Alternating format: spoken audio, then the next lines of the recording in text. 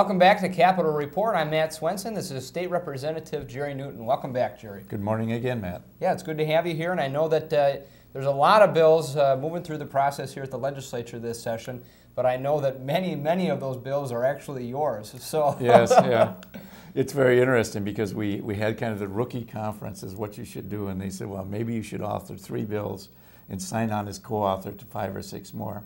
I find myself in the dubious situation of having authored some 27 bills and am on another 100 or more. So I'm trying to, I figure this is a 2-year job. I was elected for 2 years. I don't know if I'm going to be here. So I'm trying to get done all of the things that people in my district want done, and I'm compressing it. Well, obviously, you're working pretty fast and pretty hard on some of these bills. And let's get into some of the things that you're trying to change in Minnesota. I know that one of your bills relates to children in special education classrooms across Minnesota. Yes, and that was a big bill the last time. As you know, we looked at all of the state mandates and how they compared with or exceeded federal mandates, and met with all of the interest groups that deal with special education. And we reduced a significant number of mandates that just were either outdated or didn't work.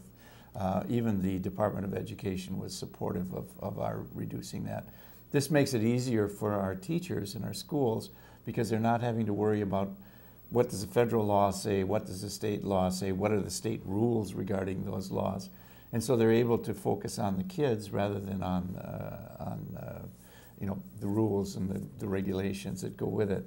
So we're trying to do some cleanup work, some things that slipped through the cracks the last time that we had in our bill that was agreed to by all of the parties, but when it got to the Senate, somehow it dropped out, even though the Senate had agreed to it.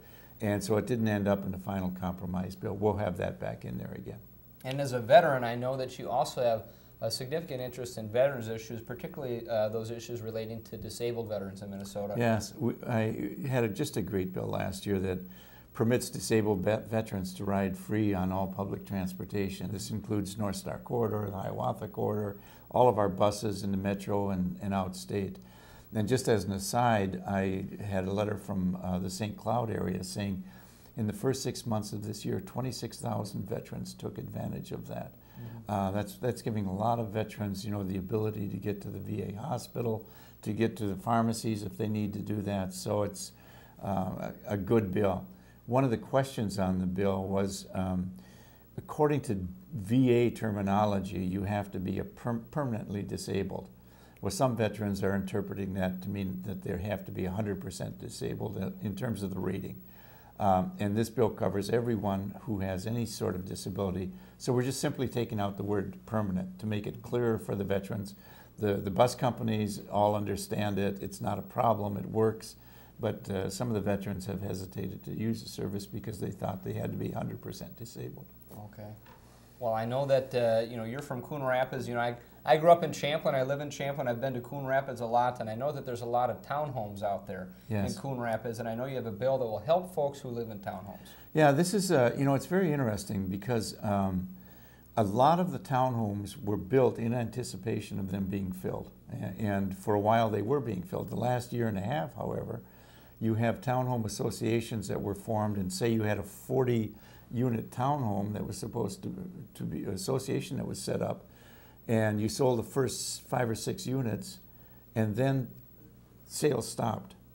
So these people in the 5 or 6 units are responsible for making sure the grass is cut, that the other homes that are built but aren't occupied are maintained. And the people who built those homes have voting rights because they own the homes. So what my bill does is say that you have to be up to date and pay the homeowner's fee. That's usually a monthly fee in order to be able to vote on homeowners associations, so that we don't have contractors that are stopping, that they're not paying their part of maintaining the homes that they've built.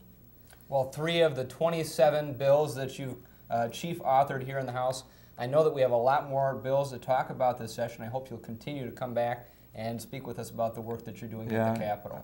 I'll keep pumping the bills through and we'll keep talking. Okay, great. Well, thank you for coming into the studio today, Representative Newton. Thanks for tuning in at home. We'll see you next time on Capitol Report.